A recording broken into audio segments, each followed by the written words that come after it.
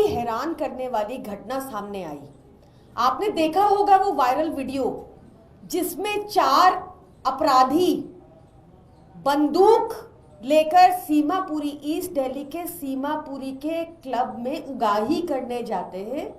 वहां पर बाउंसर्स को कहते हैं कि अपने घुटनों के दम बैठे और सरेआम फायरिंग करते हैं। कम से कम 12 राउंड फायरिंग के हुए दिल्ली देश की राजधानी में सीमापुरी के इलाके में। एक बार वो वीडियो देखें, फिर ये प्रेस वार्ता आगे कंटिन्यू करते हैं।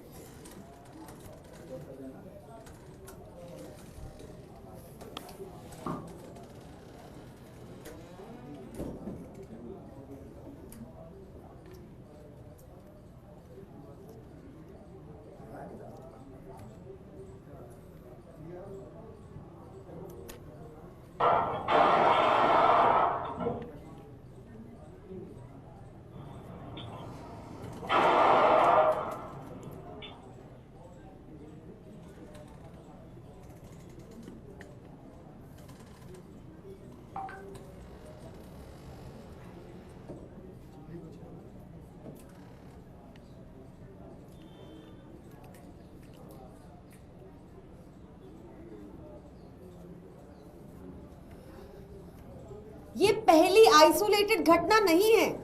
आपको ध्यान होगा कि 15 जुलाई को भी गुरु तेग बहादुर हॉस्पिटल में एक मरीज जो इलाज करा रहा था, वहां पर अपराधी घुसे और बंदूकों से उनको भून दिया। आपको याद होगा कि दिन दहाड़े पिछले साल भी 26 जून को प्रगति मैदान टनल पे 4 बाइक सवार युवकों ने एक गाड़ी को घेरा और उसको लूट लिया। आपको यह भी ध्यान होगा कि जंगपुरा में एक सीनियर सिटीजन, एक डॉक्टर की मृत्यु हो गई एक अटेम्प्टेड रॉबरी में।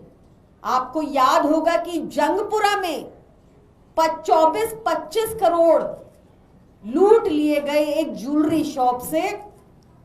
वहां भी सारा कुछ सीसीटीवी में कैद हुआ। ये जब से दिल्ली में लॉ एंड ऑर्डर का भार एलजी वीके सक्सेना ने संभाला है, तब से दिल्ली की कानून व्यवस्था बद से बदतर हो गई है। एनसीआरबी का डाटा कहता है कि 1832 क्राइम्स होते हैं पर 1 लाख की पॉपुलेशन पे। एनसीआरबी का डाटा एक बहुत चौंकाने वाला तथ्य और सामने रखता है कि सिर्फ 30% केसेस में चार्जशीट होती है। जैसे आपको याद होगा कि जेएनयू में जब हिंसा हुई तो कोमल शर्मा, जिसको आप सबने पहचान लिया, पुलिस ने पहचान लिया, उसको ना अरेस्ट किया गया ना कोई चार्जशीट हुई, क्योंकि वो भाजपा के स्टूडेंट विंग की सदस्य थी। भाजपा के अधीन जहां भी लॉ एंड ऑर्डर है देश में, वहां कानून व्यवस्था बद से बदतर हो चुकी है, बुरी तरह से फेल हो चुकी है। चाहे मणिपुर हो, चाहे हरियाणा हो, चाहे उत्तर प्रदेश हो और चाहे दिल्ली हो, जहां पर कानून व्यवस्था पूरी तरह से केंद्र सरकार के नियुक्त एलजी के अधीन आती है। आपने देखा होगा कि हरियाणा में भी एक गैंगस्टर की पत्नी को टिकट दिया भाजपा ने। भाजपा बार बार अपराधियों को संरक्षण देकर उनका मनोबल बढ़ाती है।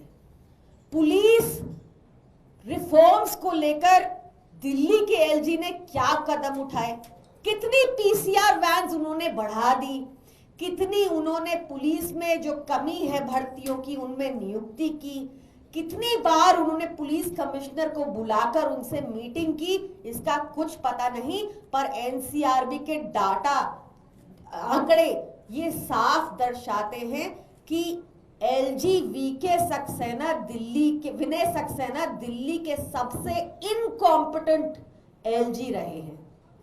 कानून उनसे संभलता नहीं, दिल्ली सरकार की शक्तियां छीनने में वो मशरूम रहते हैं। कानून उनसे संभलता नहीं, दिल्ली सरकार का कोई काम होता है तो फटाफट फोटो खिंचाने आ जाते हैं। क्या ऐसे एलजी को अपने संविधान पद पर बने रहना चाहिए? सोशल मीडिया पे पैसा खर्च रहे हैं वो, क्या उनको सोशल मीडिया पर यह जानकारी देनी चाहिए कि नहीं कि कैसे लॉ एंड ऑर्डर की स्थिति बद से बदतर होती जा रही है उनके अंडर, और उन्होंने क्या स्टेप लिए? ऐसे इनकॉम्पिटेंट एलजी को अपने पद पर बने रहने का कोई हक नहीं है और उनको इस्तीफा देना चाहिए। धन्यवाद। मैम, हरियाणा के लिए आम आदमी पार्टी ने अपनी पहली लिस्ट जारी कर दी है 20 कैंडिडेट की। क्या ये मान लिया जाए कि आम आदमी पार्टी और कांग्रेस के बीच में अब कोई गठबंधन नहीं होने वाला है? उन 20 कैंडिडेट्स को बहुत शुभकामनाएं और बेस्ट ऑफ लक।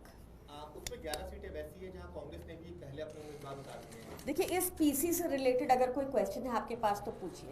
उन सबको बहुत शुभकामनाएं, बहुत बहुत शुभकामनाएं हैं सबको। देखिए, आप इस पीसी से रिलेटेड कोई प्रश्न है तो मैं लूंगी।